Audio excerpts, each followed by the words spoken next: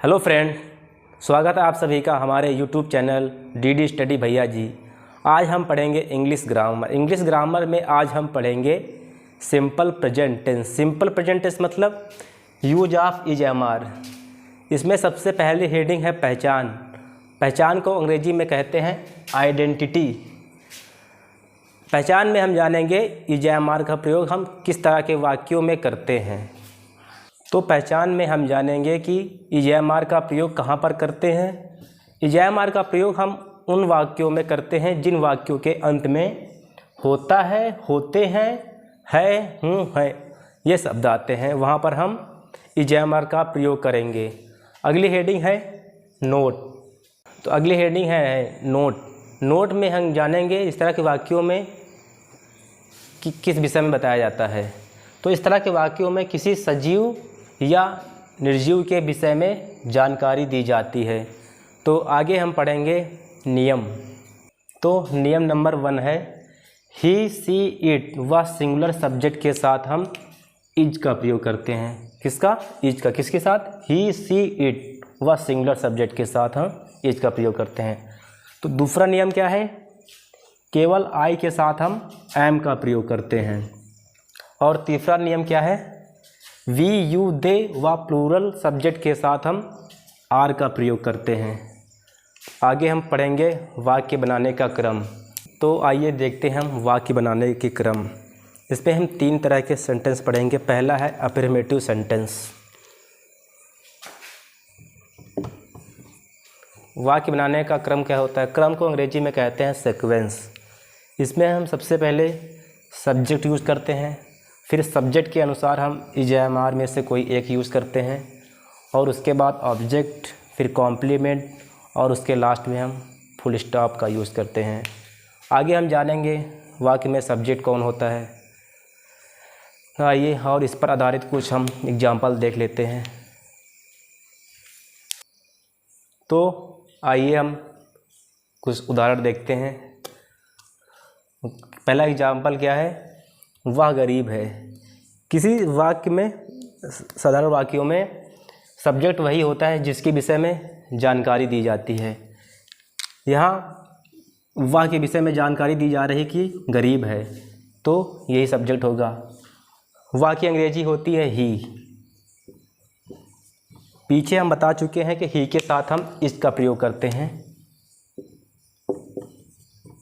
तो सब्जेक्ट हो गया, इज एम आर में से कोई एक आ गया, वो आ गया इज। उसके बाद ऑब्जेक्ट। ऑब्जेक्ट क्या है? गरीब। गरीब की अंग्रेजी क्या होती है? पुअर। कॉम्प्लीमेंट इसमें कोई है नहीं तो हम नहीं लिखेंगे। इसके बाद फुल स्टॉप। तो क्या बन गया? He is poor.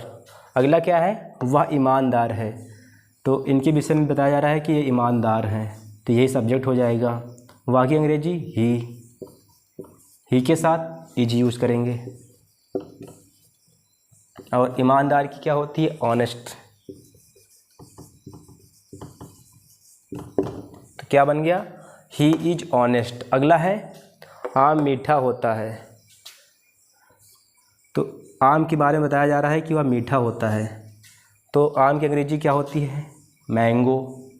सबको पता होता है।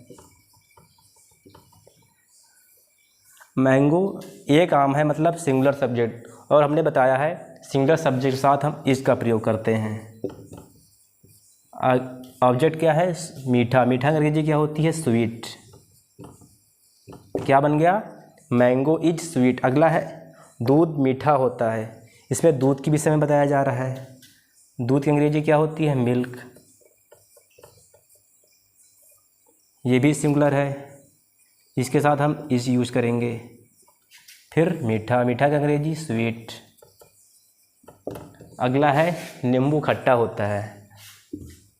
मतलब नींबू के विषय में बताया जा रहा है कि वह खट्टा होता है। तो नींबू की अंग्रेजी क्या होती है? लेमन। ये भी सिंगुलर सब्जेक्ट है, तो इसके साथ हम इज यूज़ करेंगे। क्या होता है? खट्टा होता है। खट्टा की अंग्रेजी होती है सावर।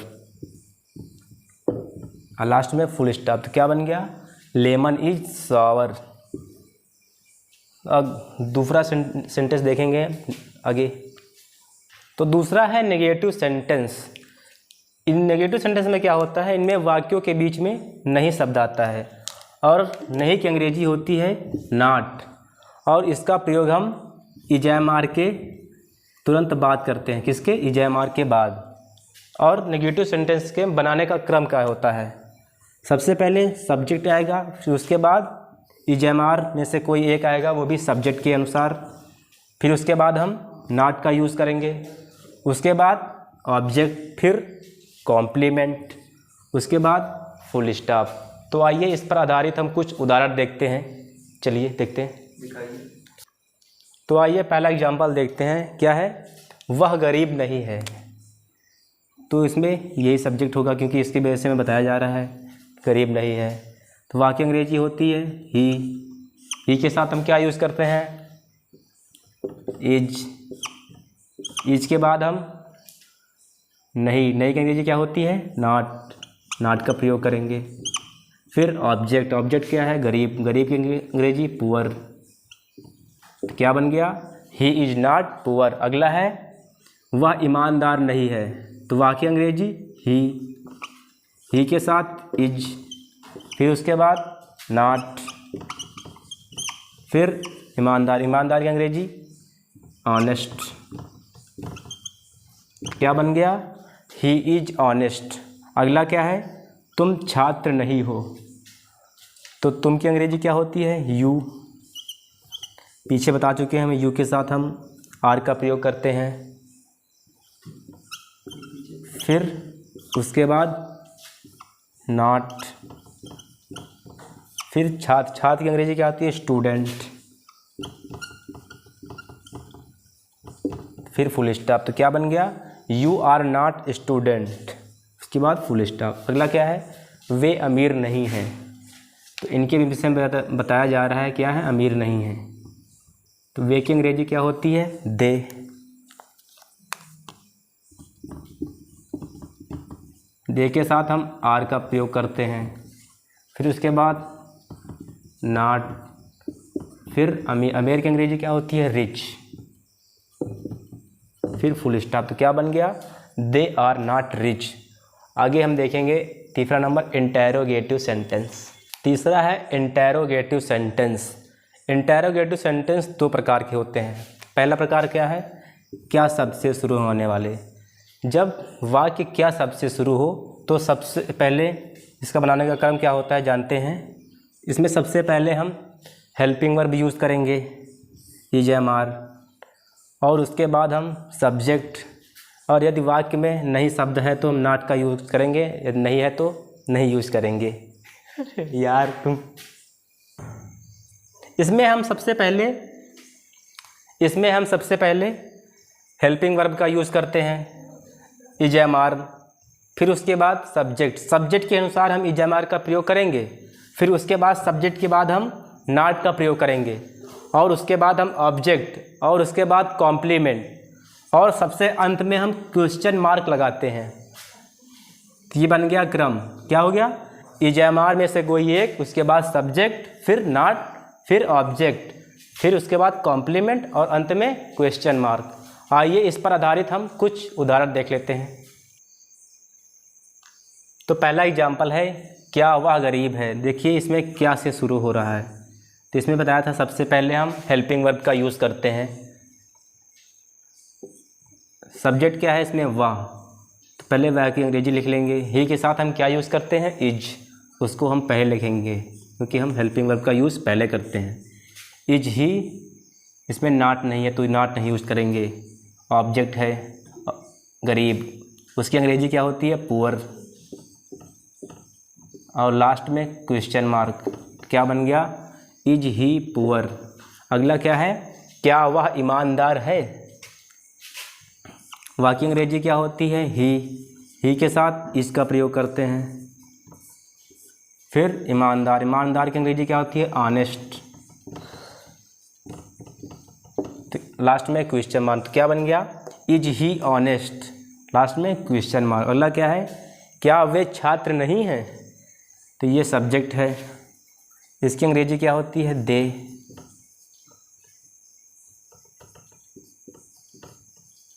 दे के साथ हम आर का प्रयोग करते हैं। फिर नहीं है तो उसके बाद सब्जेक्ट के बाद हम नॉट का यूज़ करेंगे। फिर ऑब्जेक्ट, ऑब्जेक्ट क्या है? छात्र, छात्र की अंग्रेजी क्या होती है? स्टूडेंट।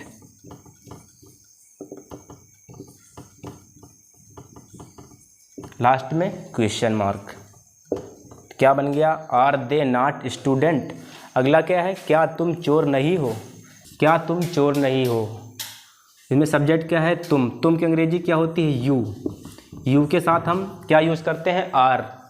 आर का यूज हम पहले करेंगे क्योंकि हमने बताया है हेल्पिंग वर्ब का यूज़ हम पहले करते हैं। उसके बाद नॉट, फिर चोर। चोर की अंग्रेजी होती है थीप।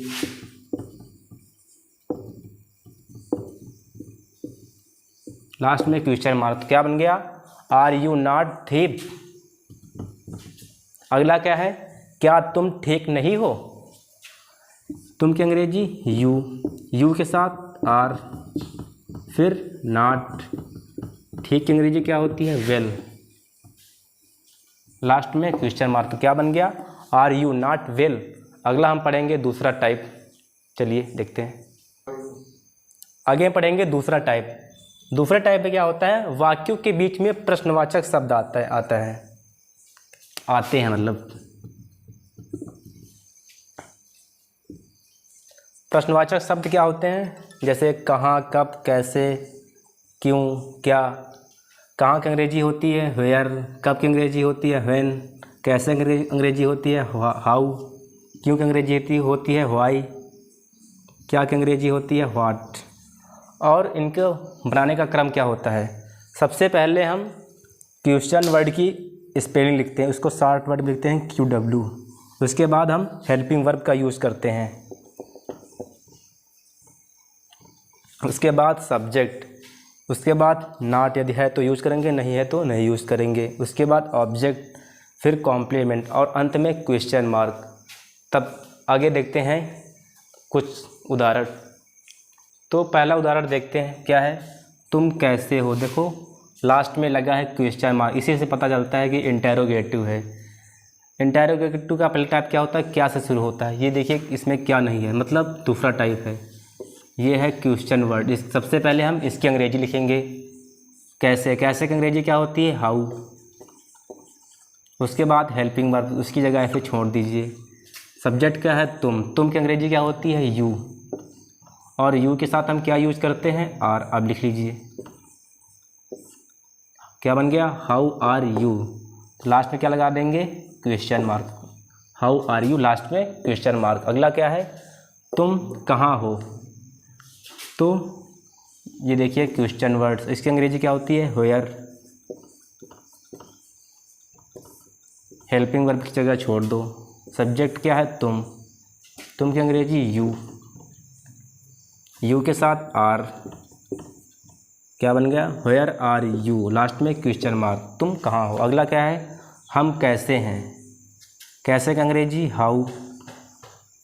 हेल्पिंग वर्ब की जगह छोड़ दो। हम की अंग्रेजी क्या होती है? वी। वी के साथ हम क्या यूज़ करते हैं? आर। पीछे हम बता चुके हैं नियम में। क्या बन गया? How are we. लास्ट में क्वेश्चन मार्क। अगला क्या है? वह क्या है। तो सबसे पहले क्या की अंग्रेजी लिखेंगे?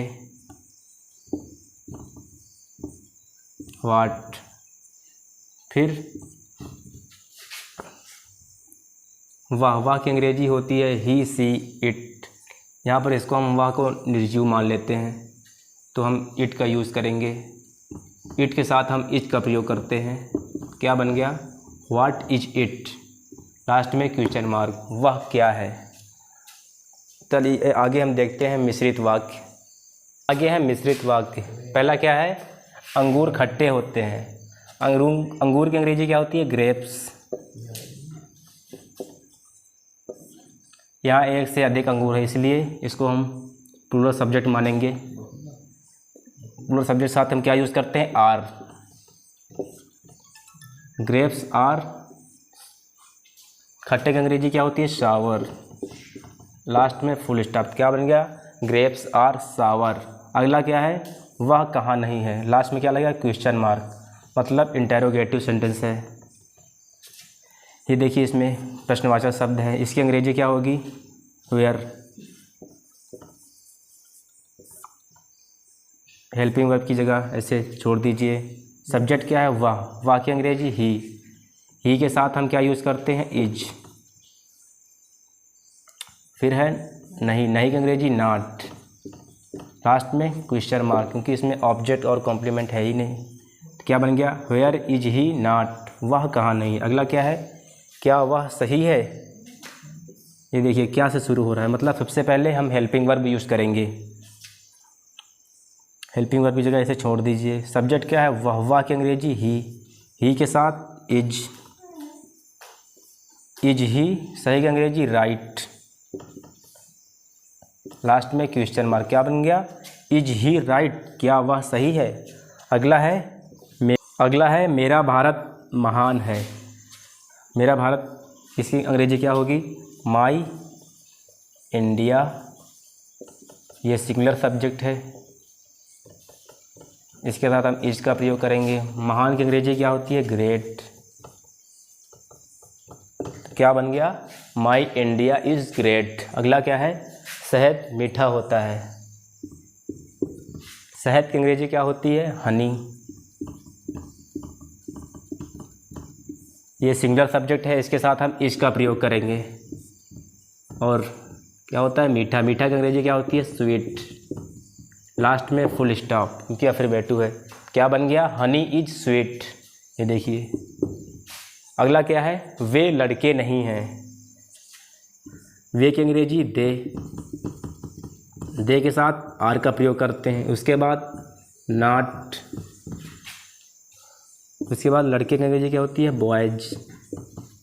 लास्ट में फुल स्टॉप। तो क्या बन गया? They are not boys. तो आज के लिए इतना ही काफ़ी है। मिलते हैं अगले वीडियो में, तब तक के लिए धन्यवाद।